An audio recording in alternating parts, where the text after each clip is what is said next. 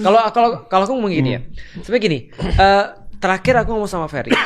Kalau kita yakin ini adalah masalah sistemik, maka solusi yang diperlukan adalah solusi yang radikal. That's why mereka nggak suka dengan orang-orang yang berpikir secara mendasar. Itu kan problematikanya tuh. Nah, maka sebenarnya kalau mereka sudah mulai merasa terganggu, berarti mereka sudah sadar bahwasanya ada orang yang sudah mulai mempermasalahkan dari dasar nih. Nah, makanya itu yang kemudian aku lakukan tuh.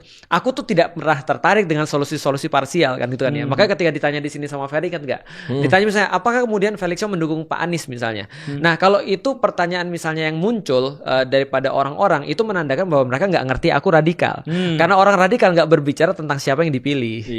Paham nggak sih maksudnya? Nah, jadi orang radikal tuh nggak milih siapa. Iya, itu. Aku berbicara di ranah yang lain. Aku berbicara di ranah di mana orang-orang dipilih itu bermain. Atau orang radikal tuh berpikirnya bukan soal siapa yang dipilih, tapi emang pemilu tuh boleh gitu. Nah, aku pemilu tidak ada masalah sih. Cuma pemilunya itu dipakai dalam ranah apa gitu maksudnya. Artinya kalau aku contoh gini ya. Kalau kita senantiasa meributkan tentang orang-orang yang terpilih, maka itu yang terjadi. Kita akan ributin RUU TNI lagi, kita akan ributin RUU yang lain lagi dan segala macam, dan kelakuan-kelakuan yang nggak jelas oleh para wakil rakyat itu. Tapi kalau kita ganti playground gitu kan ya, maka the rules itself is changing. Nah, itu yang kemudian aku lakukan, dan itu yang berusaha aku coba untuk ya setiap waktu aku menanamkan pemikiran itu, karena problemnya kan pemikiran nih. Nah, orang-orang nih sekarang nih yang merasa ada masalah, sedikit sekali di antara mereka yang yakin bahwasanya adalah masalah sistemik.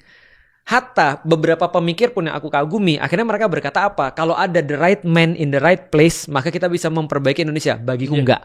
Karena kenapa? Bagiku sama kayak air ditaruh selokan tadi. Itu enggak ngubah apapun kecuali selokannya jadi cuma tambah dikit air aja. Gitu maksudnya. Nah, kalau kamu mau ganti kemudian drainasenya.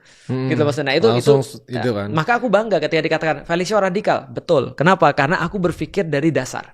Aku enggak ngelihat apa yang tumbuh dari akar, tapi aku mikirin akarnya, radiksnya. Kalau misalnya sampai sekarang kita lihat yang muncul tuh adalah duren, dan aku pengen itu misalnya jadi mangga, maka aku nggak mau berusaha untuk ngurusin atasnya. Aku nggak mau berusaha pruning, aku nggak mau berusaha untuk segala macam. Aku mau nanam pohon mangga.